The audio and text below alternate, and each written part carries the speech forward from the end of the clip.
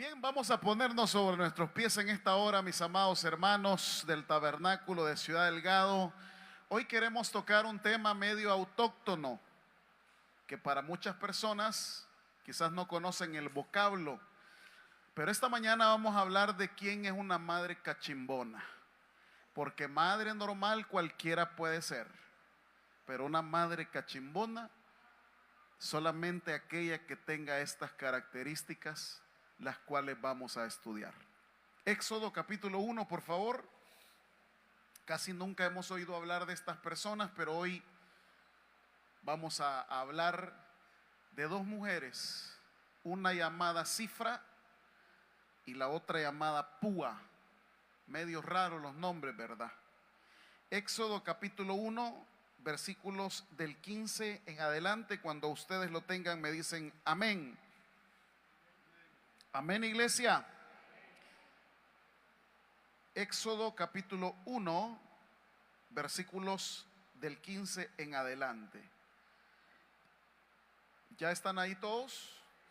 Bien, le ponemos atención al texto que vamos a leer esta mañana. Dice la palabra: y habló el rey de Egipto a las parteras de las hebreas, una de las cuales se llamaba Cifra y otra Fúa, y les dijo: cuando asistáis a las hebreas en sus partos y veáis el sexo, si es hijo, matadlo, y si es hija, entonces viva. 17, hermanitos. Pero las parteras, ¿qué dice? Temieron a Dios y no hicieron como les mandó el rey de Egipto, sino, ¿qué hicieron? Preservaron la vida a los niños. Y el rey de Egipto hizo llamar a las parteras y les dijo: ¿por qué habéis hecho esto? Que habéis preservado la vida a los niños.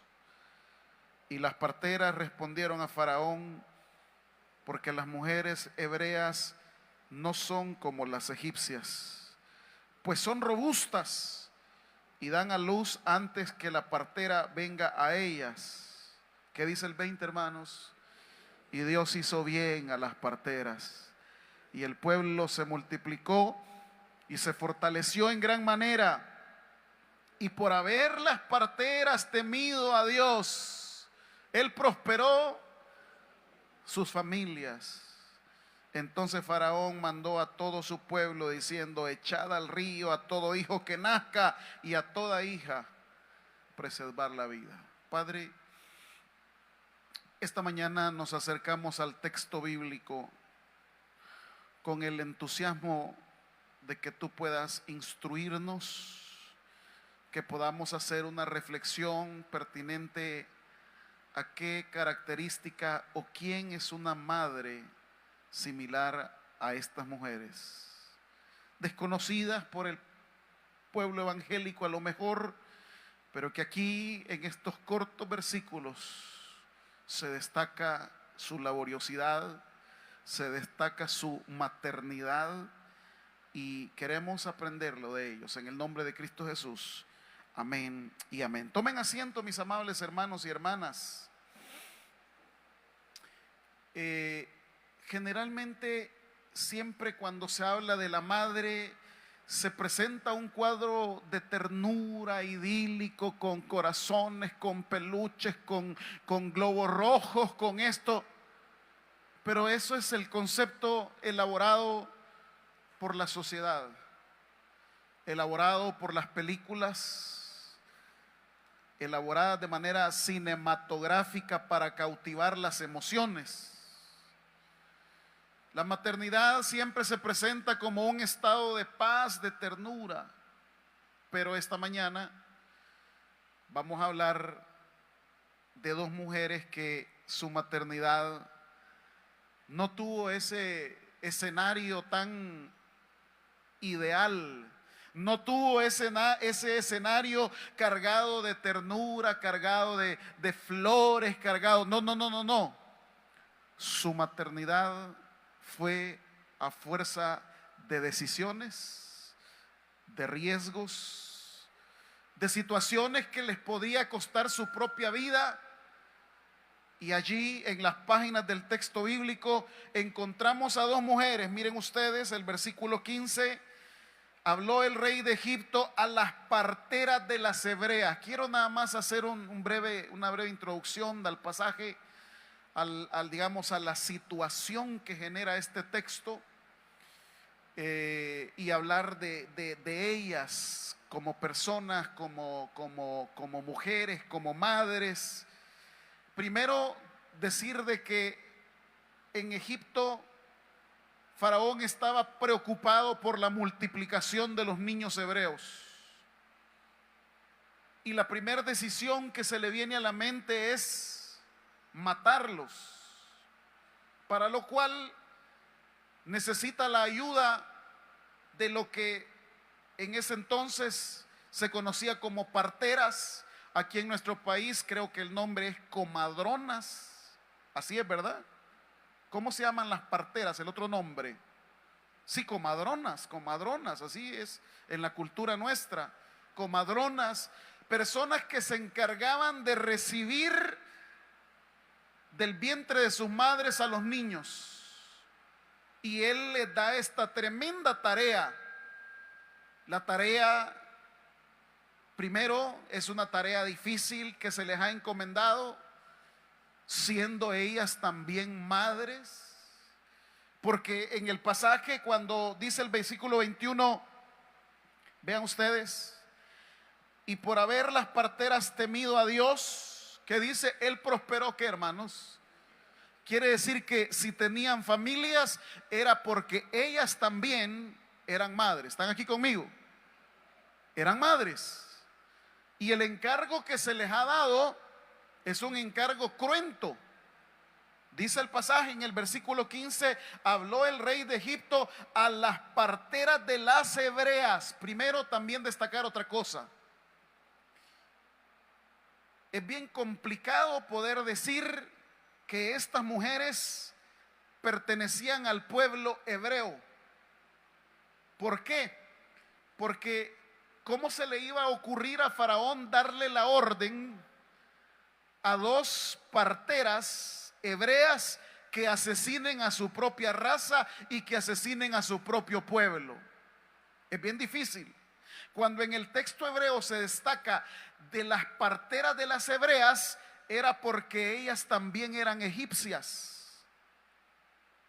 ¿Y por qué eran parteras egipcias, pastor? Eran parteras egipcias porque a ellas se les podía dar ese encargo directo de parte de Faraón de que asesinasen a un pueblo enemigo. Segundo elemento por lo cual, digamos, de manera personal, yo me inclino a pensar de que no eran hebreas, sino que eran egipcias. Vean ustedes en el versículo 19, ya están ahí.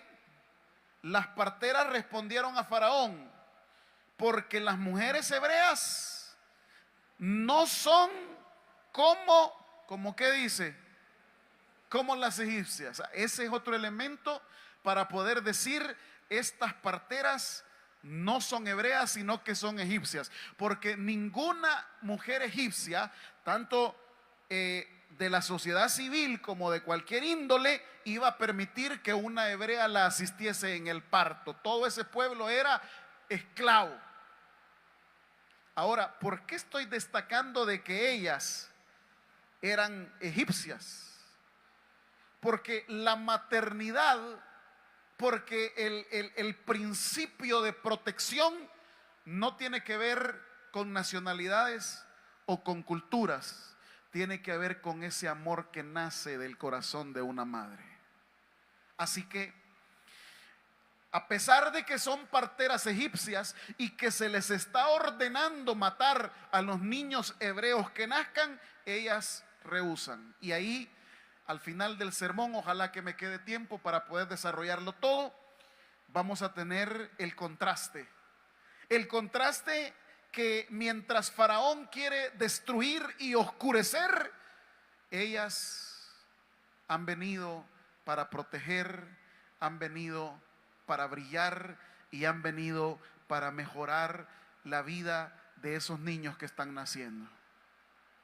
El significado, y ya casi termino con la introducción, son nombres aunque son nombres hebreos, pero su connotación tenía más significado egipcio. Por ejemplo, Cifra tiene 3 significados. En el antiguo hebreo, Cifra puede significar belleza, puede significar hermosura, o también Cifra puede significar mejorar. Esas 3 connotaciones tiene el nombre de Cifra. El nombre de Púa o de Fúa en el hebreo es con P. En nuestra traducción aparece con F. Pero en el hebreo es Púa con P. Ese nombre significa esplendor, significa brillar, o también significa aquella que da voces para poder consolar.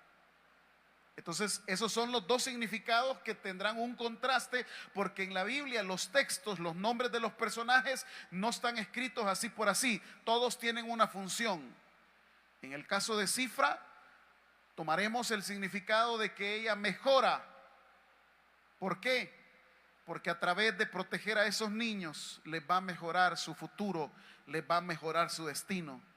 Y en el caso de Fúa o de Púa, será aquella que da voces para poder consolar a estos niños que están en medio de una tormenta porque Faraón los quiere asesinar. Bien, así las cosas. Entonces, de manera preliminar, esta mañana quisiéramos hablar de esa característica, que el nombre es un poco grotesco para nuestra cultura, pero ¿quién es una madre cachimbona, pues? ¿Quién es una madre cachimbona? Y ya les di lo preliminar del pasaje para luego meditar en el texto, para poder ver cuáles son esas características que hacen a una madre excepcional, que hacen a una madre fuera de serie, que hacen a una madre que está en otro nivel. Porque claro, pues se puede hablar de madres en general, pero hay que ser honestos. No todas las madres son excepcionales, no todas las madres están en otro nivel, sino que están en un estándar general. Por eso hoy el texto bíblico destacará aquellas madres que sí son fuera de serie. Y ellas 2, siendo extranjeras, siendo egipcias, tienen actitudes, tienen acciones, tienen determinaciones que las hace ser diferentes a todas las madres que hubiesen en ese entonces, y que en esta mañana pueden hacer diferente a todas las madres que hoy nos acompañan, y que tomadas de la escritura bien pueden tomar el ejemplo de Cifra y de Fúa para poder ser excepcionales. Ahora, ¿qué las hizo a ellas excepcionales? Quiero que leamos los primeros 2 versículos del pasaje para ir destacando qué fue lo que hizo que ellas fuesen o que estuviesen a otro nivel. Quiero que leamos del 15 al 17 cuando dice: y habló el rey de Egipto a las parteras de las hebreas, una de las cuales se llamaba Cifra y la otra Fúa, y les dijo, les ordenó. ¿Qué les ordenó? El versículo 16: cuando asistáis a las hebreas en sus partos y veáis el sexo, si es hijo, ¿qué tenían que hacer si es niño? ¿Qué tenían que hacer si es niño? Matarlo. A las niñas las dejan vivas, pero a los niños los matan. Aquí está la presión, aquí está el entorno, aquí está un sistema que está en contra de los valores de Dios. Porque Dios no es un Dios que quiere la muerte, Dios es un Dios que quiere la vida. Dios no ha venido, dice Juan, el diablo es el que ha venido para matar, para hurtar y para destruir, pero el Señor vino para que tengamos vida y vida en abundancia. Hay otro texto en el cual dice, porque Dios no es un Dios de muertos. Y el texto original dice, porque Dios no es aquel que le agrade la muerte, sino que es un Dios de vivos. Pero en este entorno vemos a Cifra y a Fúa que están en un sistema que quiere la muerte, en un sistema que quiere la destrucción, en un sistema que quiere acabarse la generación de niños hebreos. Y por eso, no sé si me puedo auxiliar en otra traducción. ¿Tienen disponibilidad ustedes ahí? En la NTV dice: cuando ayuden a las mujeres hebreas en el parto, presten mucha atención durante el alumbramiento, para que cuando lo vean que es niño, ¿qué tenían que hacerlo, iglesia? No los oigo. ¿Qué tenían que hacerlo? Matarlo. Poneme otra. Cuando ayuden a las hebreas en sus partos, fíjense en el sexo. Si es niño, mátenlo. ¿Cómo? Dejando que se ahogue dentro. ¿Cómo? Haciendo que el cordón umbilical le sirva para asfixiarlo. ¿Cómo? Metiéndole un cuchillo. ¿Cómo? Imagínense lo cruento. Pero tenían que hacerlo. Estamos hablando, amados y amadas, de un sistema que quiere la muerte, de un sistema que quiere la destrucción, de un sistema que quiere el deterioro. Pero la pregunta es, ¿qué van a hacer ellas? ¿Qué van a hacer ellas ante lo que la cultura y el sistema quiere? ¿Qué van a hacer ellas? ¿Se van a alinear a los propósitos del sistema? Y aquí comienza la primera cosa que ellas hacen. Una madre que está a otro nivel, o una madre cachimbona, es aquella que le gusta notar, aquella que resiste la presión de su entorno. Pero pastor, hoy no tenemos a personas que quieran matar a los niños, por lo menos físicamente no. Pero sí tenemos un programa, pero sí tenemos una cultura, pero sí tenemos un sistema que, aunque los niños nazcan biológicamente, los quieren matar psicológicamente, los quieren matar éticamente, los quieren matar en su futuro. El sistema en el cual nosotros vivimos, amados hermanos, está diseñado para que todos los niños que nazcan puedan ser reducidos, puedan ser, voy a usar esta frase que sociológicamente no es el término, pero puedan ser atontados. Esa es nuestra sociedad.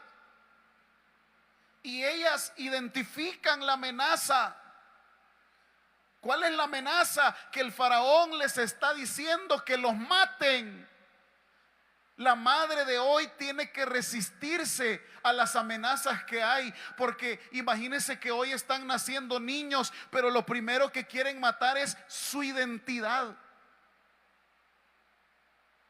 En un momento la Agenda 2030 lo que pretendió fue hacerles pensar a los niños que van naciendo que no sepan identificarse, que no importa si ellos nacieron niños pero que se sienten niñas o viceversa. Hace unos meses salió también la otra subcultura en donde no importa si se sienten niños o niñas, pero si ellos se quieren sentir animales, que se sientan animales. Y así, este sistema está diseñado para poder matar la identidad, matar los principios y matar todo aquello que sea de bienestar para los niños, y no solo niños, sino que también para las niñas que van naciendo. ¿Usted cree que las autoridades no saben lo que implica poner un dispositivo electrónico a un bebé para entretenerlo? ¿Usted cree que no lo sabe? ¿Usted cree que no sabían cuando pudieron de manera global a que la gente tuviese acceso a toda la red? ¿Usted cree que no lo sabían? ¿Usted cree que no sabían las consecuencias de poner libremente todas las redes sociales? ¿Usted cree que no lo sabían? Claro que sí. Y nuestros hijos hoy, ¿qué son? Zombies. Y nuestros hijos, ¿qué son ahora? Niños que viven ansiosos. Y nuestros hijos, ¿qué son ahora? Niños que a veces les cuesta identificar, valga la redundancia, su propia identidad. ¿Por qué? Porque no hay un sistema que le dé prioridad al bienestar. El sistema está diseñado para eso. El sistema está diseñado para que el niño que nazca siga siendo un esclavo, siga siendo un trabajador que no piense, que no analice, que no cuestione, sino que a todo diga que sí. Hoy vivimos una época que se le llama, y perdone por la terminología, pero es que vale la pena de mencionarlo, se llama el nihilismo digital. ¿Qué es el nihilismo, pastor? Es cuando las personas de tanto que ven, de tanto que ven en las redes sociales, hoy la información ahí está, pero ¿quién da fe que eso es verídico? ¿Quién? Pero eso tiene un propósito. ¿Qué es el propósito? El propósito es que la gente viva ese nihilismo digital. ¿Y qué es el nihilismo digital? En donde ya la gente de tanta cosa que ve, que ya no cree en nada. Porque usted ve, por ejemplo, aparece, a ti te han dicho que la rodilla se te puede curar con esto. No les hagas caso, ve a agarrar 3 hierbas y te las pones y me vas a contar. Ahí va a zamparse 3 hierbas y a ponerse en la rodilla. Pero el martes ve otro video ahí en TikTok o algo. No les hagas caso a las hierbas ni nada. Vete a comprar esto al mercado y zámpate una uña de gato y esa te va a regenerar el tejido. Se va a zampar la uña de gato en el tejido y la rodilla no mejora. Pero de ahí ves otro video la otra semana. No, hoy ha venido un ortopeda que es alemán y él te quiere decir cómo hacer eso. Y al final la gente de tanto que ve, de tanto que oye, de tanto experimenta, ¿qué termina diciendo? No, hombre, ya ni sé qué zamparme la rodilla. Pues eso es el pensamiento, ese es el nihilismo digital. Y lo mismo en lo religioso, y lo mismo en las creencias, y lo mismo en la fe. Que si los católicos, que si los evangélicos. No, pero hoy tenemos ya, y usted ya lo vio, la influencia de los musulmanes. ¿Están aquí conmigo todavía, hermanitos? Pero esto obedece a un sistema, a una cultura. Por favor, entiéndanme. ¿Y las madres qué hacen? Darle el teléfono al bicho para que se entretenga, sabiendo que eso está matando su identidad y sus principios. Le preguntaron al que creó estas cositas, el iPad: ¿qué piensa tu hijo de eso nuevo que has diseñado? ¿Y sabe qué respondió el creador del iPad? Mi hijo no conoce dispositivos electrónicos. ¿Cómo? Así como lo oye. Los mayores creadores de tecnología saben las consecuencias que hay detrás de ellas y no se la dan a sus hijos. ¿Cómo le quedó el ojo? ¿Qué hicieron estas madres? Identificaron la amenaza. Usted está viendo ahí en su televisor en la pantalla, está viendo a plena luz del día que su niño se mete a ver muñequitos, pero antes de ver muñequitos aparecen en la portada de la película a 2 hombres besándose. Yo ya le dije que eso es malo, pastor, y usted va a estar ahí todo el tiempo que va a estar viendo él. Si usted se va a trabajar, dígame. Ese sistema es el que está matando. Así como estaba matando el faraón a los niños del Éxodo, ese sistema es el que en la actualidad está matando a miles de niños, a miles de niñas. que no saben quiénes son, ni lo que sienten, ni lo que piensan. Y la gran pregunta es, ¿y las madres qué hacen? ¿Qué hacen? Realizarse como profesionales, realizarse como empresarias, realizarse como artistas. ¿Y la amenaza qué?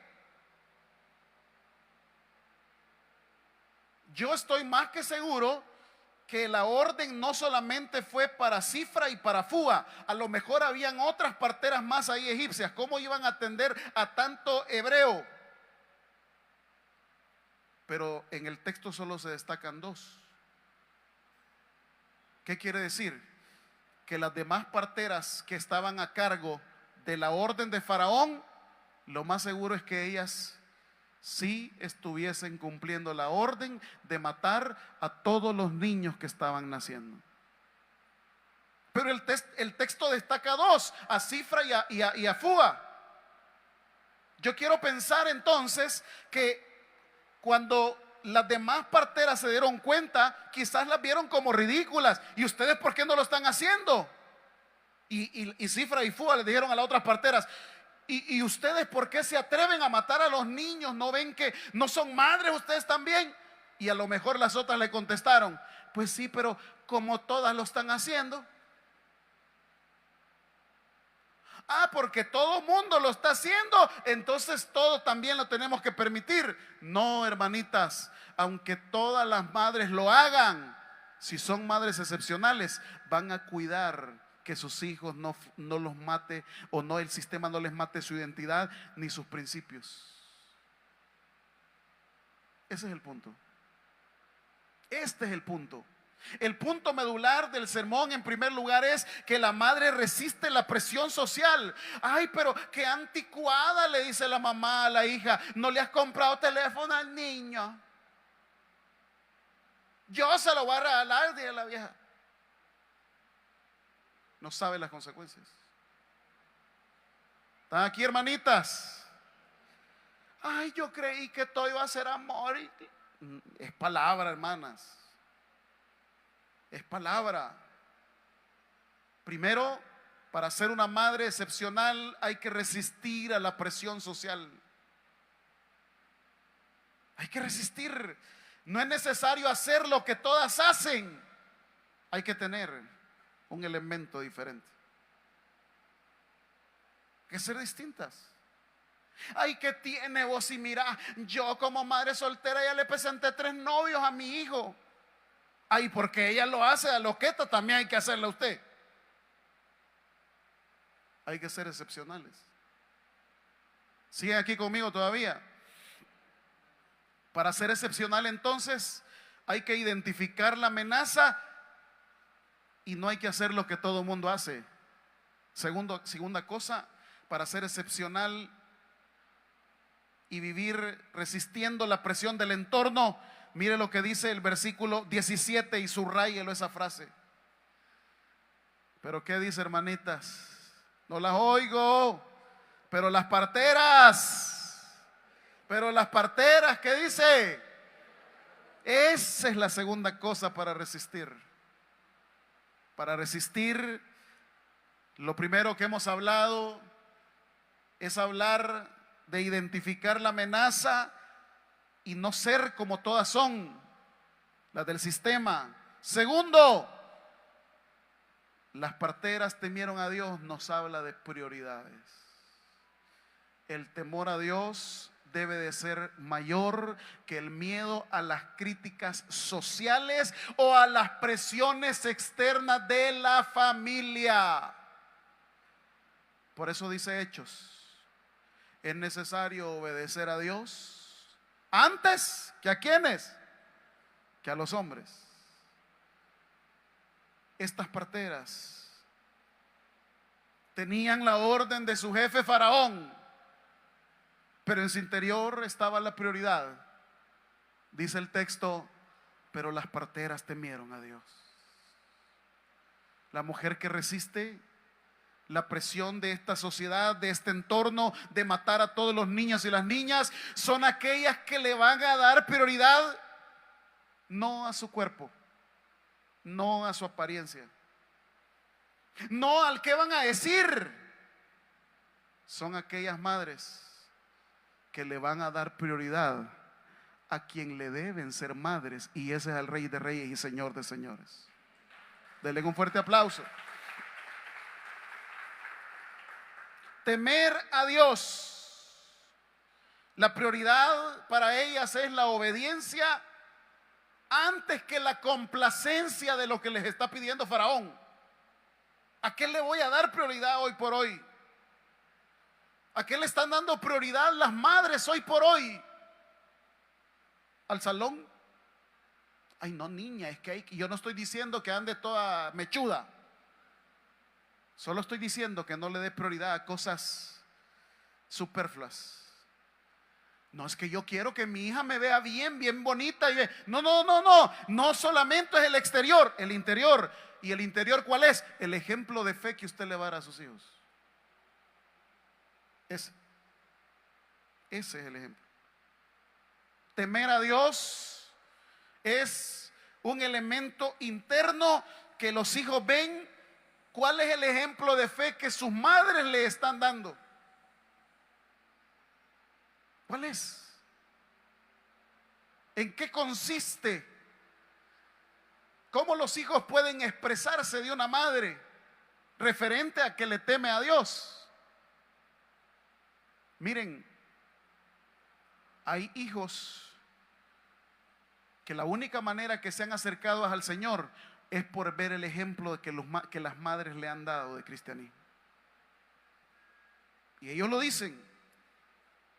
Mi mamá puede tener miles de defectos, pero una de las cosas que yo siempre le he admirado es que ella le teme a Dios y siempre le han gustado las cosas de Dios.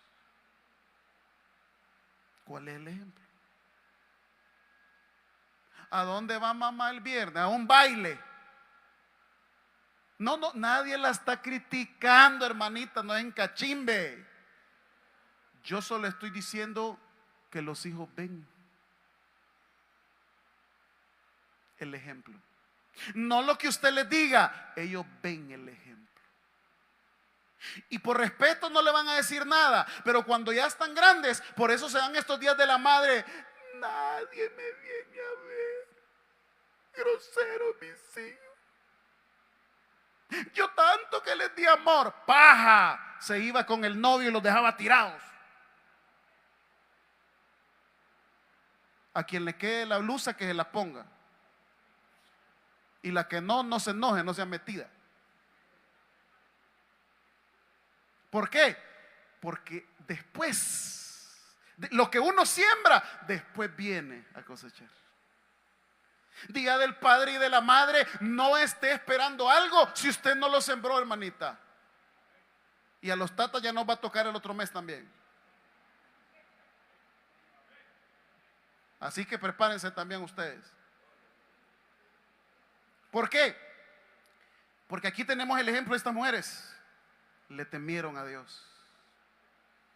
Pero les está diciendo el sistema que hagan, que piensen, que se rebelen. Pero ellas, antes de cualquier influencia externa, ellas dicen en el texto, le temieron a Dios.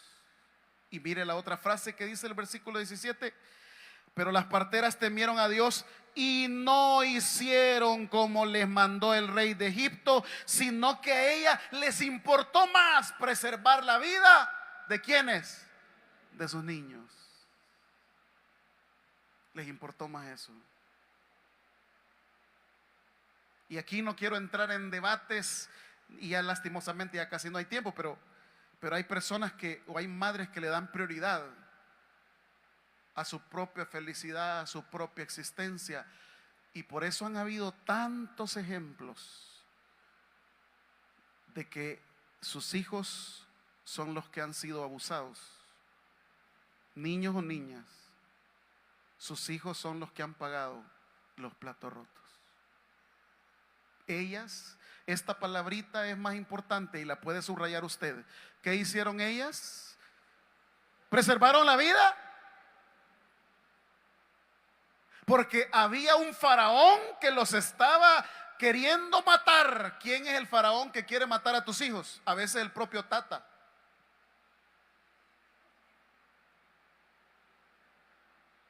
¿Vas a preservar la vida? Ese es el punto. Y el texto dice, pero ellas no hicieron como el rey les mandó. ¿Qué están haciendo para preservar la vida de sus hijos? No diciendo, haciendo. Contra todo riesgo. Porque aquí ellas se podían ganar el asesinato público, apedreadas. Desobedecer a Faraón. Desobedecer al sistema. Desobedecer al status quo. Desobedecer a todo esto que está permeando en la crianza de los niños en la actualidad. ¿Qué van a hacer? ¿Solo se los ha dejado al sistema educativo usted a sus hijos? Latinoamérica nunca va a tener un sistema que permita el crecimiento de los seres humanos. En el pasado se ha intentado. Paulo Freire, un brasileño pedagogo enorme con sus propuestas, con sus libros, pero al sistema no le interesa. Porque el sistema no quiere liberación, el sistema quiere esclavitud.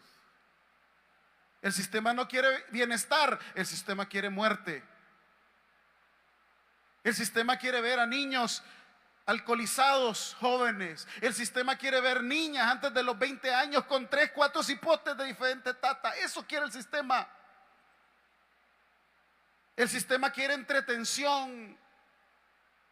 Eso quiere el sistema. Pero la pregunta es, ¿y ustedes como madres? ¿Qué van a hacer para preservar las vidas de sus hijos? Por eso dice Romanos, que no nos conformemos a este sistema, sino que debemos de ser transformados por medio de la renovación de vuestro entendimiento, para que el Señor les enseñe a ser madres. No que el sistema quiere que sean, sino que Dios quiere que sean. El tiempo se me ha ido, hermanitas, solamente un punto he tocado.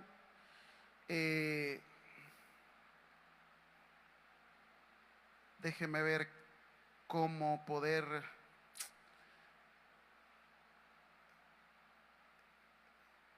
por ejemplo, si es una madre excepcional,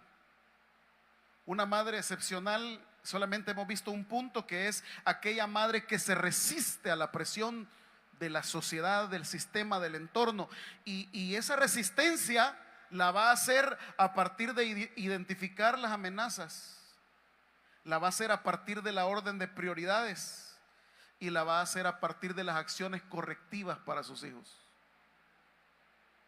En la Biblia, quiero que sepa, en el Proverbio especialmente, los primeros años de vida es la madre la que se encarga. Por eso los Proverbios dicen: oye, hijo, la instrucción de una madre, porque la madre es la que le pone el ADN a los hijos de la mayor parte de principios y valores. La madre es la que pasa más tiempo con él desde el vientre. En la cultura hebrea, la madre a los 12 años ya entonces delegaba al padre la cultura del trabajo, de la responsabilidad, de toda la parte religiosa, etcétera, etcétera. ¿Por qué estoy mencionando esto?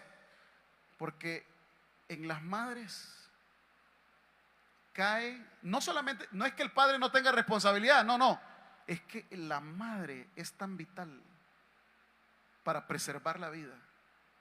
La madre es tan vital para que sus hijos se críen creyendo en Dios, que si ustedes desperdician ese privilegio, después los lamentos van a ser tremendos. Una madre excepcional, y solo lo voy a mencionar, aunque no voy a hablarlo esta mañana, es aquella que resiste la presión de su entorno, es aquella que cría con sabiduría, y es aquella que recibe el respaldo de Dios. Madres, no sean madres comunes y corrientes. Apréndanse a ser madres excepcionales, no para que los demás la feliciten, sino para honrar a quien les permitió procrear y dar a luz. El que tiene oídos para oír, que oiga. Vamos a orar. Padre, gracias te damos por tu palabra, Señor, y también por cada madrecita aquí presente. Ha finalizado el mensaje. Es hora que recibas a Jesús como tu único y suficiente Salvador personal. Hazlo de la siguiente manera. Señor Jesús, yo te recibo hoy como mi único y suficiente Salvador personal. Creo que eres Dios, que moriste en la cruz por mis pecados y que resucitaste al tercer día. Me arrepiento, soy pecador, perdóname, Señor.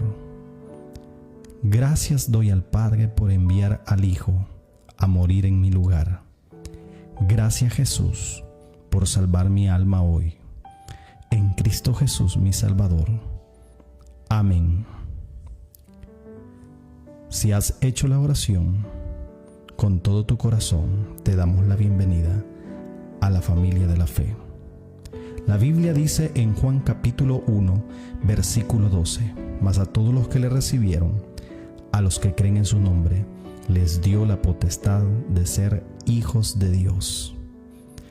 Te damos la bienvenida a nuestra iglesia. Somos más que una familia. Tabernáculo Bíblico Bautista, Ciudad Delgado. Dios te bendiga.